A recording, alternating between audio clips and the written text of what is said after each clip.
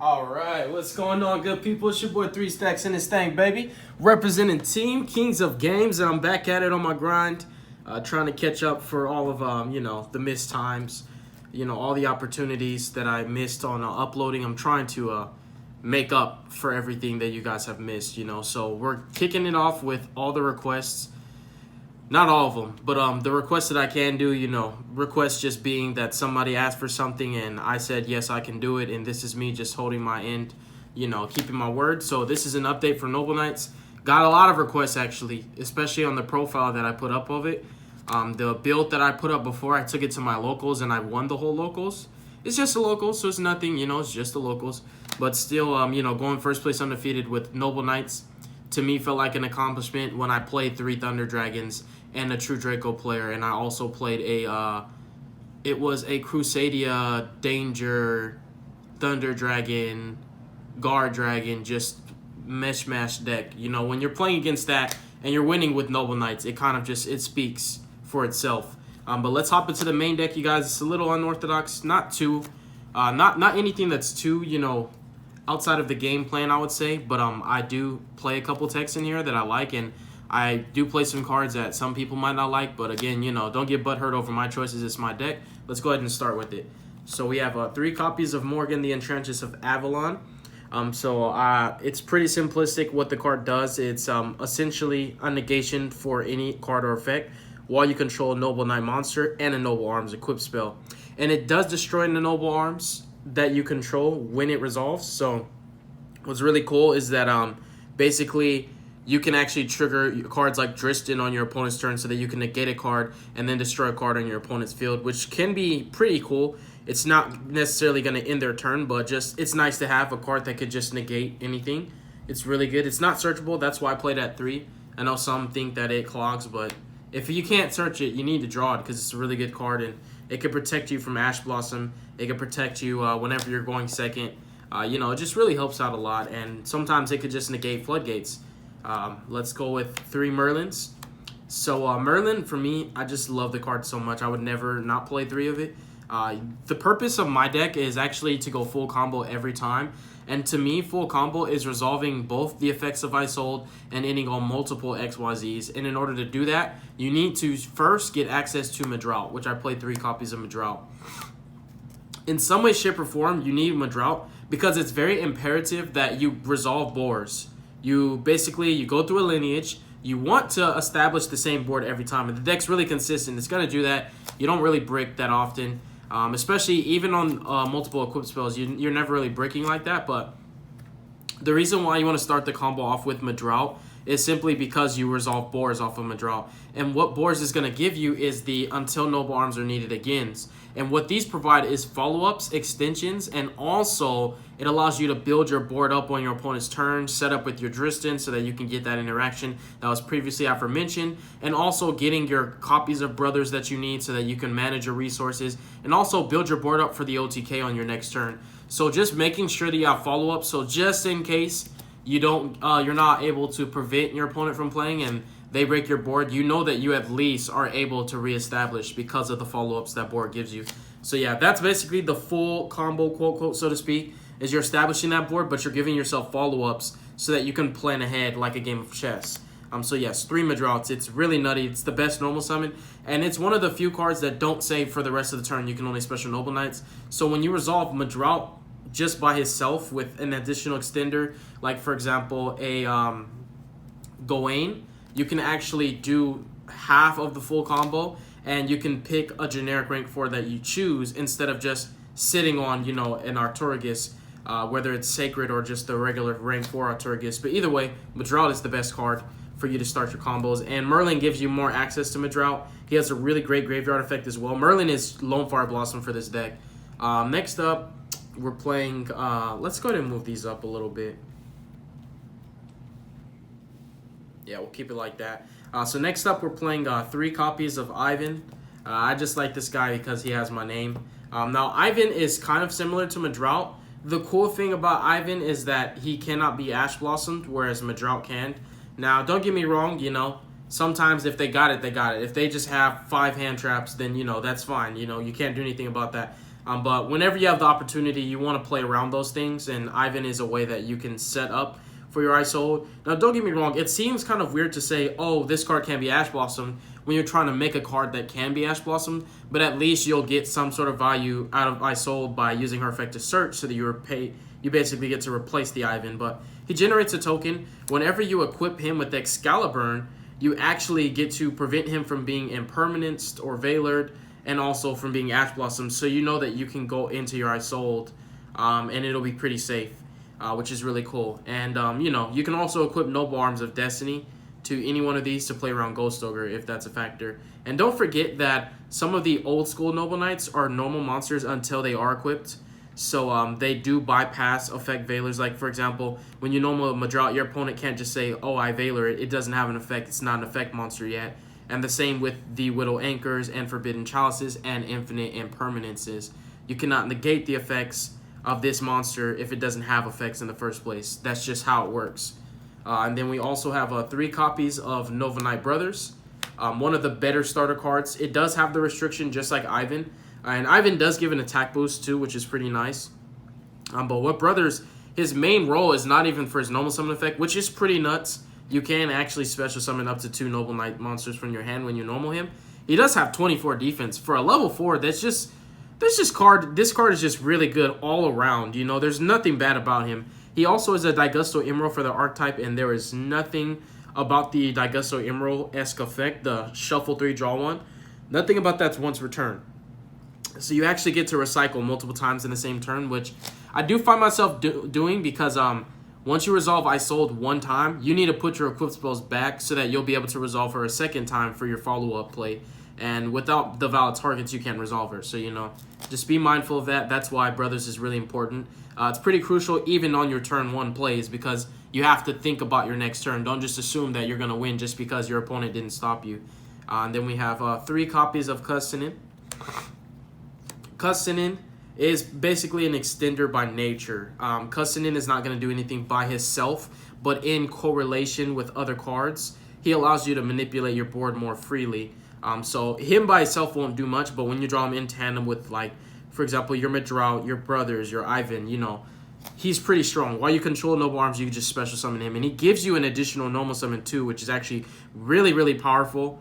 It helps out a lot, and it does basically stack so that whatever you link summon, XYZ or Synchro, using him as a material for a Noble Knight's monster, you get that ability where you just get a stacked normal summon, which is really cool.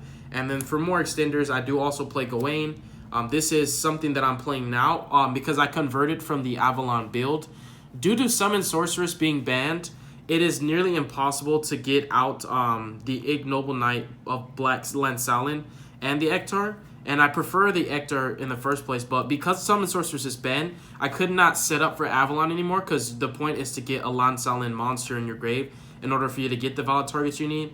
And with that being said, that was one of the main reasons why I elected to not play the Gawain for that particular build. I explained it to most people, and I decided to convert back to playing the Gawain because I can't resolve Summon Sorceress anymore, which also means that I don't get that additional summon, so I needed to circumvent for that additional summon by incorporating him because he gives me the additional summon if you control a light normal monster, which could be Madral, it could be boards, it could also be the token that Ivan summons, which is really cool. So you also have, your Heritage and your Rhoda to search those cards out, and your Merlin gives you, a Lone Flyer access to these cards. So I like 2, not because it clogs, because it doesn't really clog, but I just play 2 because I don't think that it's just that serious that I just need to see this card every opening hand, It's nice when you see it, and whenever you need it, it is pretty searchable in your deck. And then for the one-ofs for the Noble Knights, I do play one Ektar, or Eaktar, however you want to pronounce his name.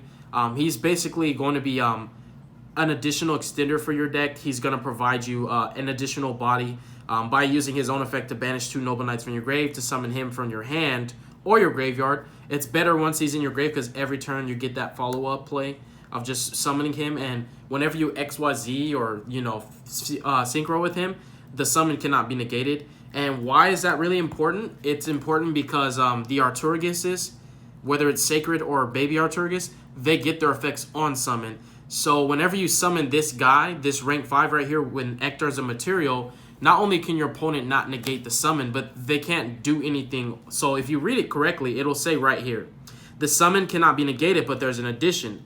Your opponent cannot activate cards or effects when that monster is special summoned. So what that means is your opponent cannot negate the effect of the Arcturus because his effect happens on summon. So because you're not allowed to do anything on his summon, he is able to use his effect to get 3 equips from your graveyard, equip them to him, and your opponent cannot do anything about that. There is nothing that they can do to stop that. And then I still play the Ignoble Knight of Black Lansolin because he allows you to make the rank 5 pushes that you need. Sometimes you need a hard summon big Arcturus. Sometimes you summon multiple big Arcturuses when you're trying to clear boards.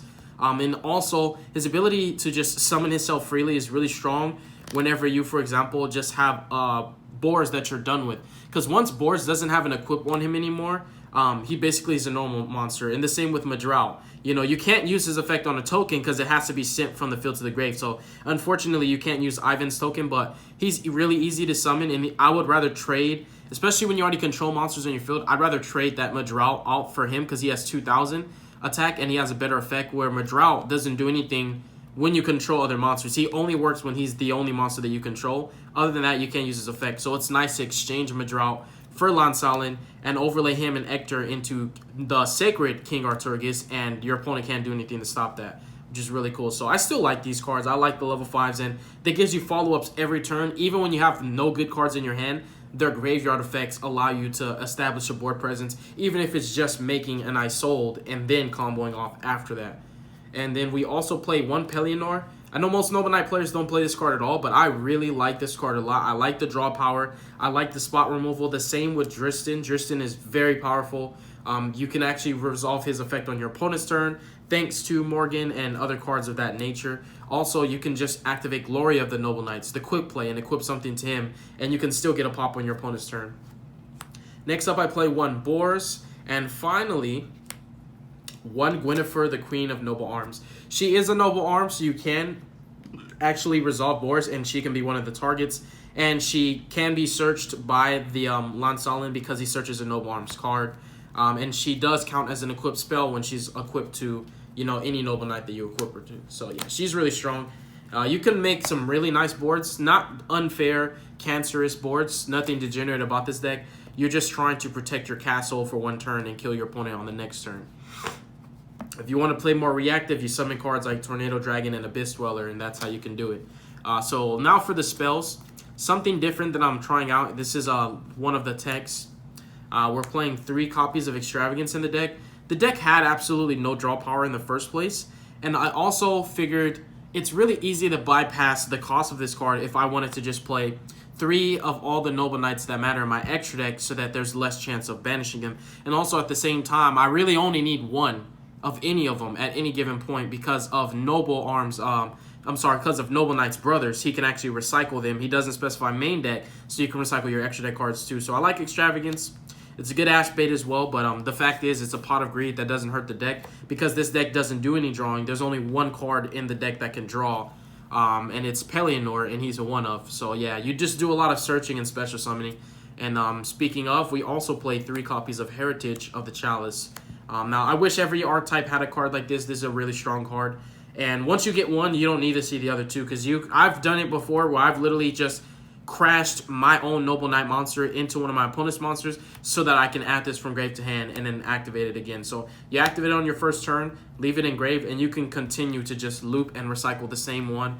And because your entire deck gets recycled by brothers, you actually don't really burn out of resources, so you'll always have valid targets for this. I also play 3 Glories of the Noble Knights.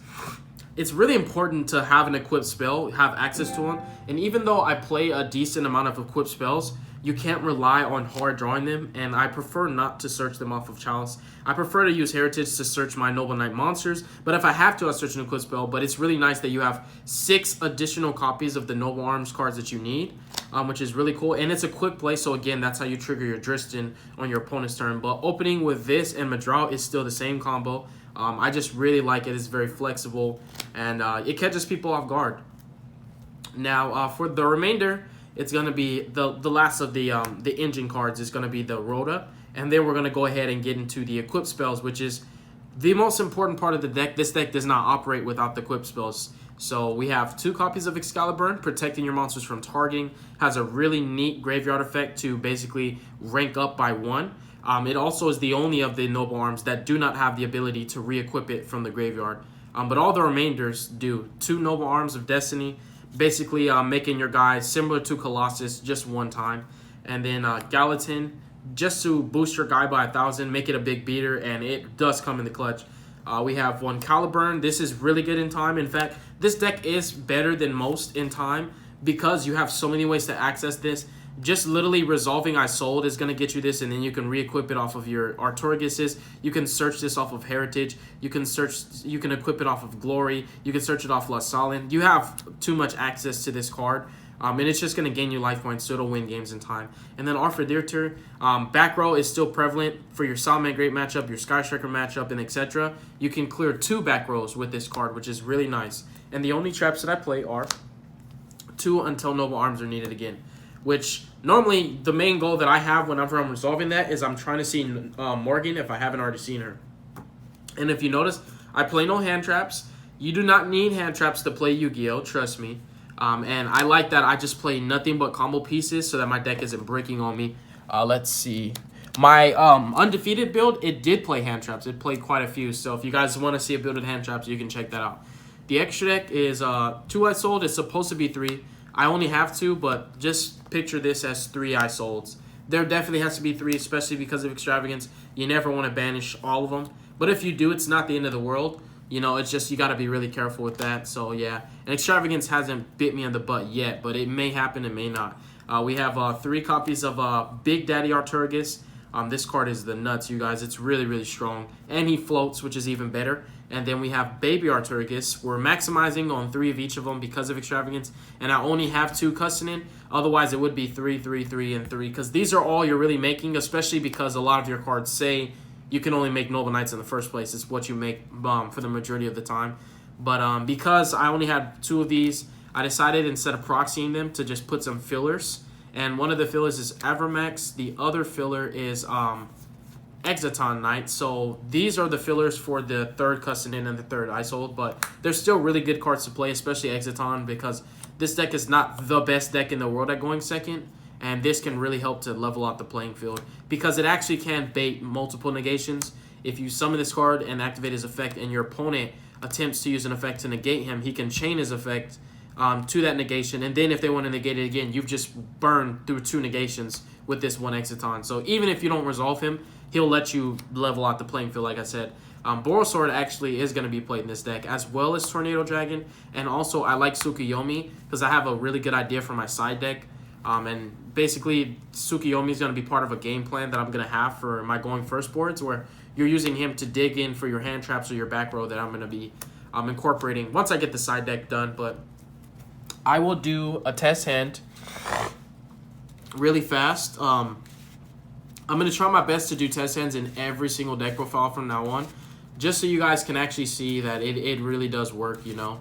A lot of people are skeptical, and not everybody's going to take your word for it, and that's fine. But if you see the test hand, I think that it's more believable when you see the deck in action, especially because it's randomized. I don't know what cards I'm drawing. Nobody does, and it's going to be a good hand. That's what I want. But the deck, it doesn't really brick. I haven't had an issue. I play a ton of combo pieces. In fact, the entirety of the deck is just combo pieces.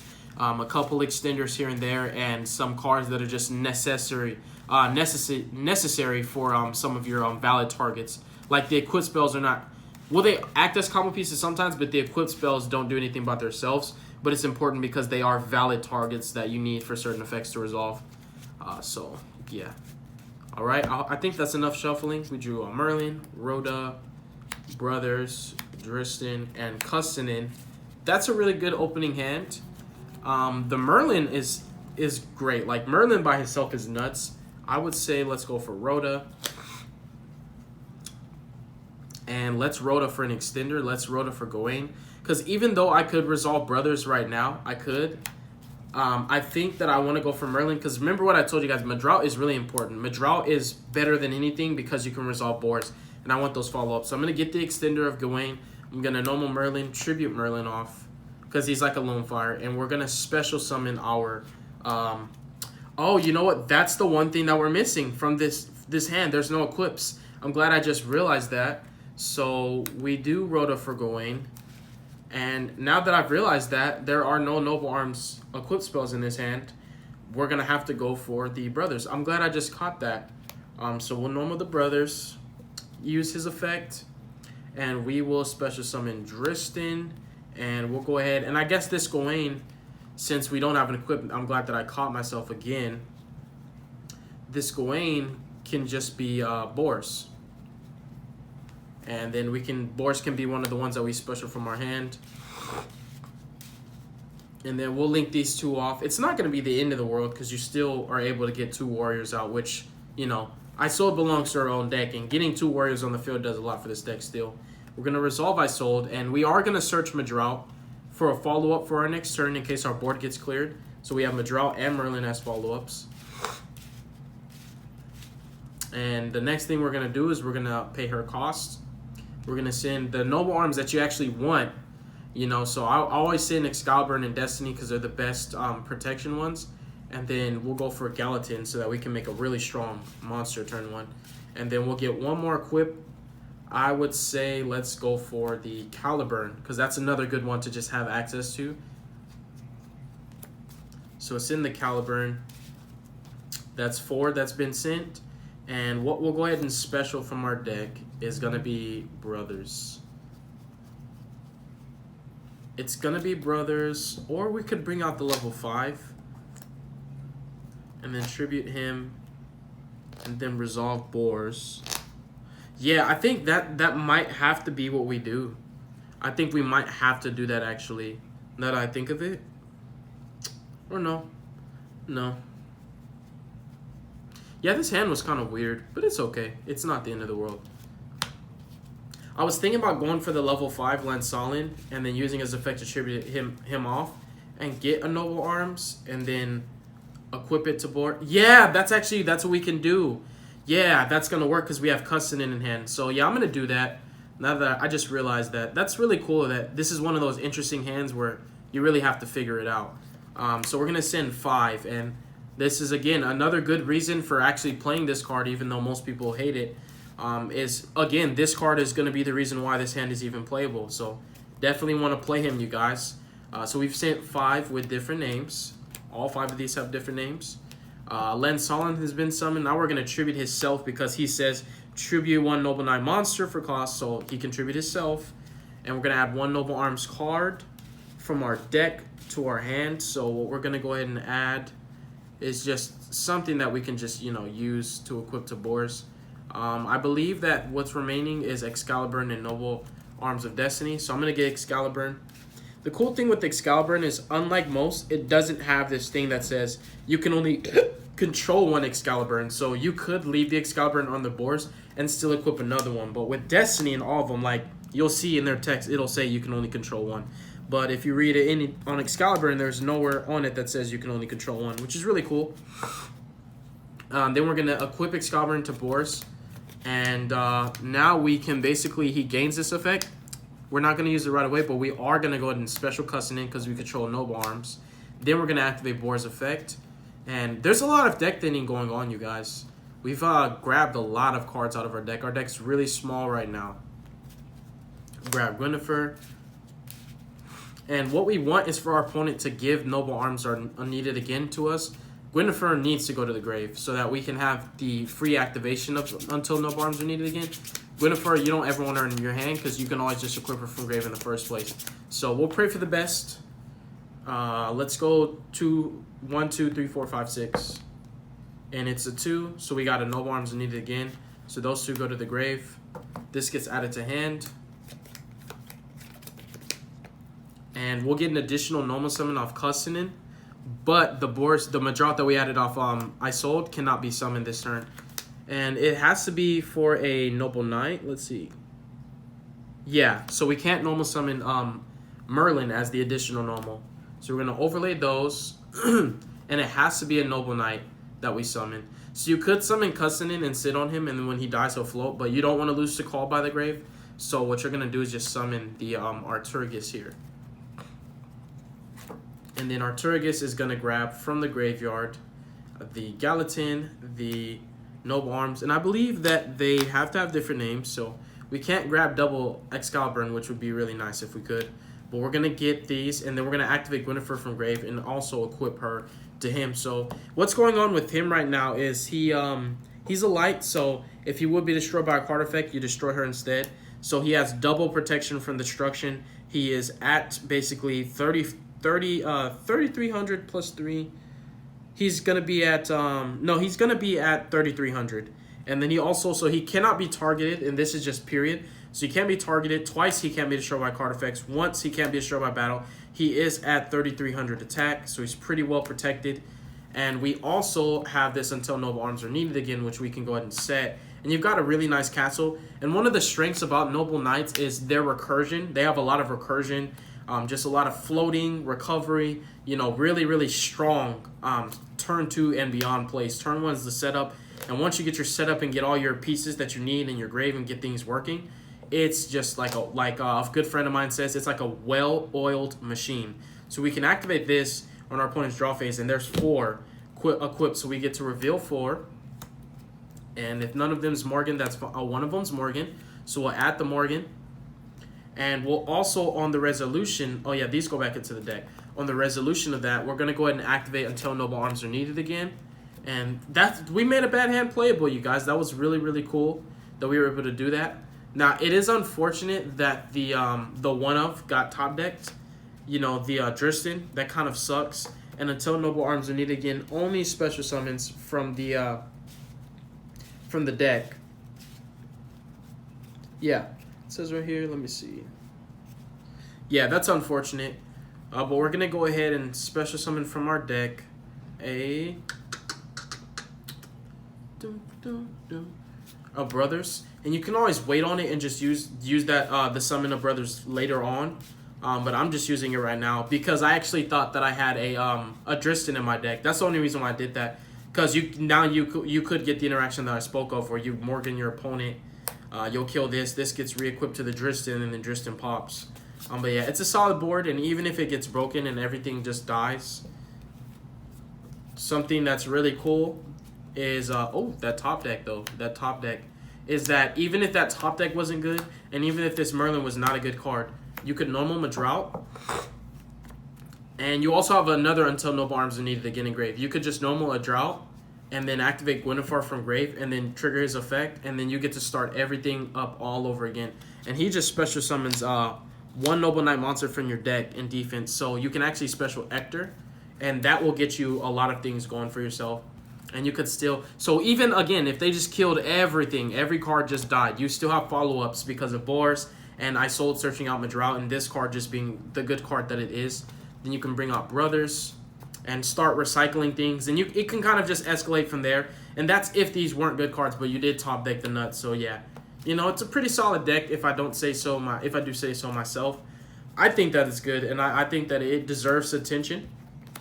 Noble Knights have been around for a long time, and you kind of have those people that just, have always loved them and never stopped loving them and are very happy about their new support. But thank you guys so much for watching this video. God bless you. Make good choices. Don't hurt your brain cells. Stay tuned for future content. Y'all have a beautiful day, all right? And stay positive, all right? Try not to troll each other on YouTube. Try not to be so negative and hateful, Be nice to each other. We're all, in this to win this. We're all sharing that one similar goal that we want to be good at Yu-Gi-Oh! Or we just want to have fun. It's a card game that's supposed to be enjoyable. So yeah, let's not troll each other. Thank you guys. Peace.